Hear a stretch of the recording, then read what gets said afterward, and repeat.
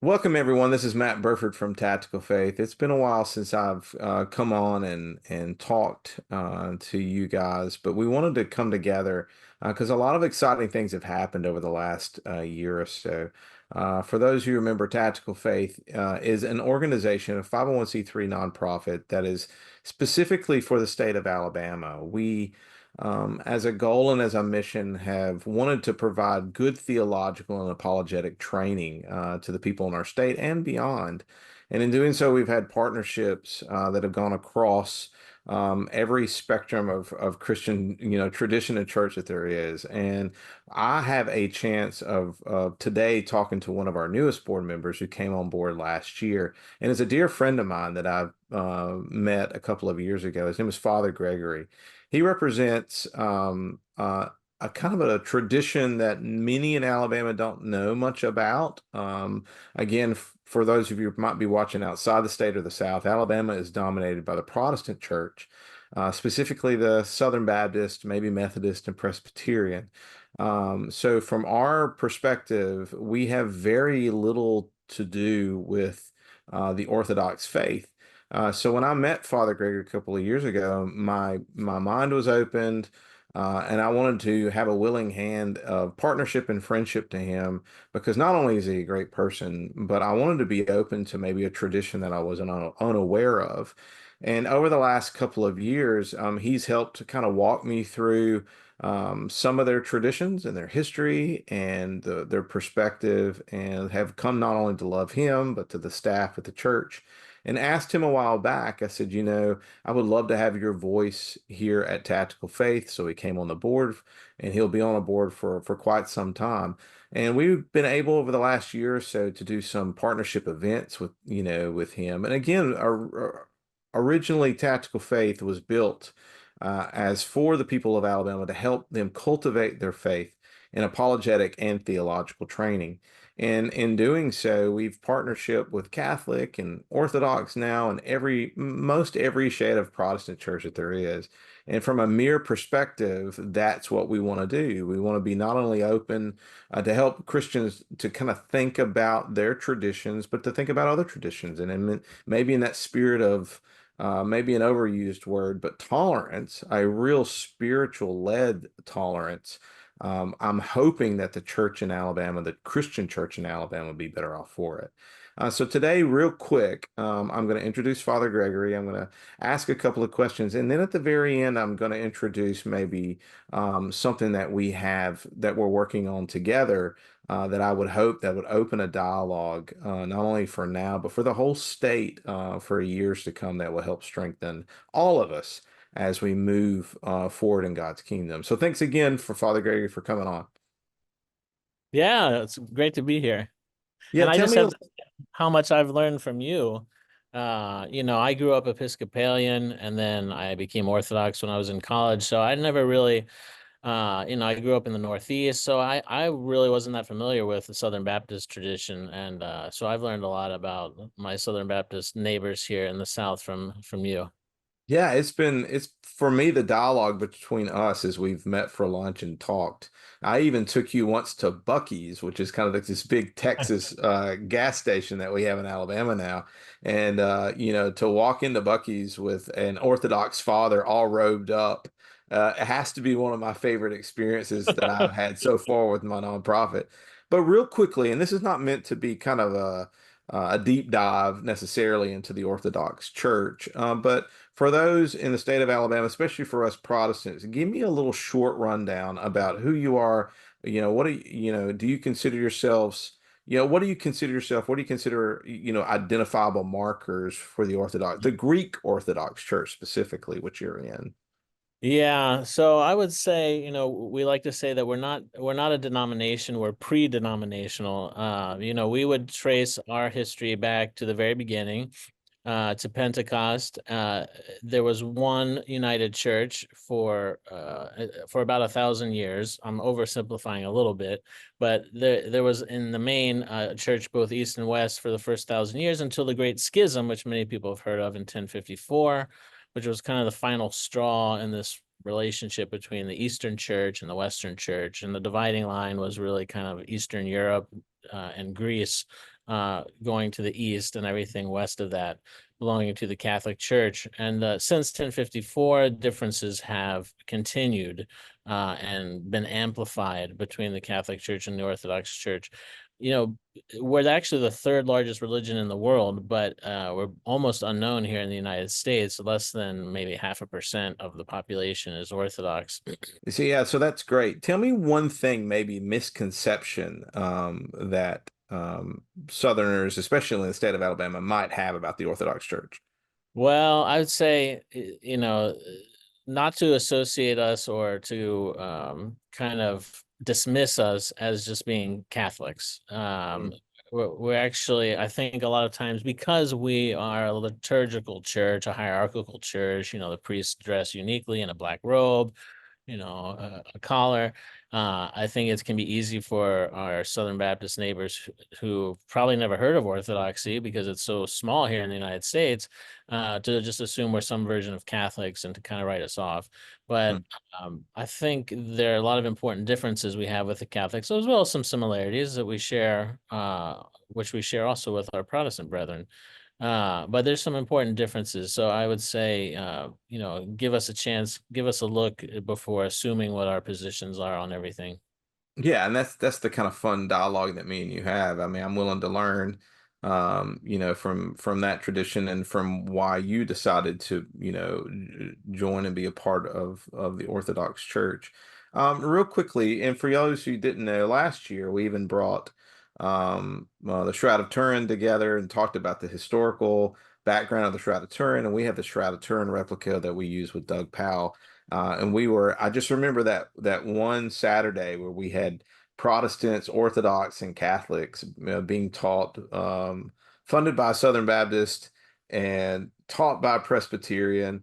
And there was just such a lovely atmosphere. That's Yeah. happened a couple of times with Tactical Faith. And I know there's a lot of people, who probably wouldn't enjoy that, but I do. I have this dream and vision of understanding that we all have these distinctive markers and identifiable markers in our particular traditions, but to come together, especially amongst a trying time that we live in today, for me is a remarkable thing that it's only able to happen because of partners like you.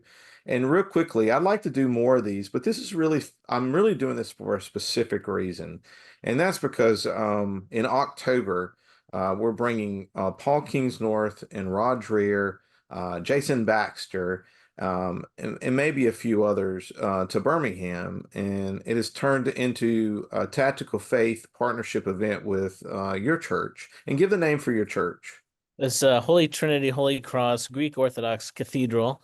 There are about five Greek Orthodox churches in Alabama, but we're the largest one and the cathedral for the state. Yeah, and in our neck of the woods, you're known for a big Greek festival every year. Yes, like And many Greek churches across the United States, we're known primarily for our festival rather than our faith. But that's okay. The festival is an opportunity to acquaint people with our faith and give them church tours. well, I mean, that's the connection to Baptist, right? If there's food, we're there. Yeah, Yeah, and same in that's one thing we have in common, that there's a definite culture that involves all aspects of life. yeah. So I want to be able to send this video out to those who are promoting. Like I said, we have a 3-day event that's going to be hosted primarily by in your church as a location and at Sanford's campus. Mhm. They've been great partners for Tactical Faith in the past. It's where I got a couple of degrees, so it's kind of my home base to some degree. But Paul Kingsnorth is going to come in. Rod Dreher is going to come in and talk on Friday night, and then we're going to have a special breakfast Saturday morning at your church with Paul Kingsnorth and Rod, and then we're going to have a special Monday back at Sanford's campus where Rod's going to debut his book on wonder. That he's publishing under Zondervan. And I just want to say thank you for that. But one of the conversations out of, I guess, organizing this particular event has been the idea of we need to have this ecumenical kind of dialogue and spirit. And we're in the midst right now of organizing a new kind of specific part of Tactical Faith that I'm not ready to name just yet. but wanted to at least let people know that that's in the works, and that I wanted to introduce you and introduce us as our partnership and our friendship, and have this ready for anybody to watch. But give me an idea of what you think about Rod Dreher. What do you think about Paul Kingsnorth, and what their dialogue and what not only their works in the past, but how can two Orthodox guys, which both are, can really help even Protestants think about their faith and their walk? Yeah, great question. Yeah, both are Orthodox converts like myself, and no Greek background. Yeah, it's two heavy hitters that we're having come here to Birmingham. I think if you're here in Birmingham, this is quite an opportunity. Also, my friend and a popular podcaster and blogger, Father Stephen Freeman, another Orthodox convert, will be in town for the conference. So this is definitely attracting a lot of the Orthodox who are interested in discussing the faith. Are very their interest is piqued by what we're doing here in Birmingham in October. So this will be a worthwhile event. Uh, and it's good to get the Orthodox perspective. We'll also have the Catholic perspective from Jason Baxter. Then from the audience, hopefully we'll have questions and answers. So it'll lead to a good dialogue. Yeah, Sanford is going to be kind of the um, visible representation of the Protestant Baptist spirit, right?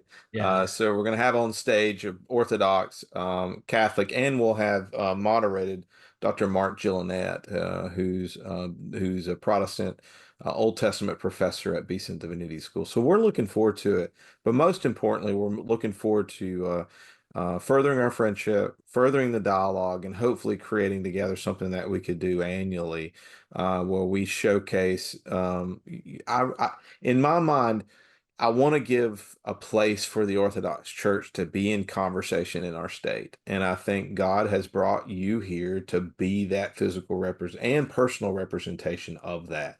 And I want to just personally tell you thank you, and I thank God that He brought you into my life because you have been, I mean, just have a lot to say, a very interesting perspective. And maybe here's a question for you, though, for those who might be thinking the same way I do.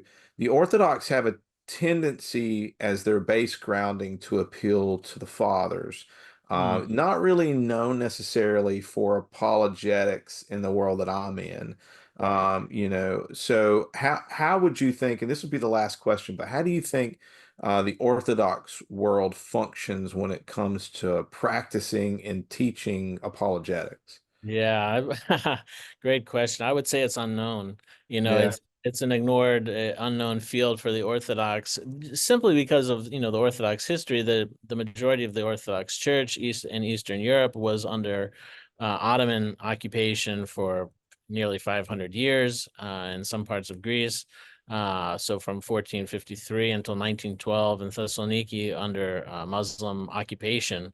So at that during that period, the Orthodoxy became somewhat introverted. We're basically just trying to survive, and we're not in an environment that permitted them to be evangelistic or apologetic about the faith in a public level. So, and it's only now developing as Orthodoxy comes through immigration to the Western world, and we come in contact with Baptists and Catholics, and they want to know our position on certain things. And so now we're having to really develop and equip our faithful to understand their faith and to be able to explain it to others.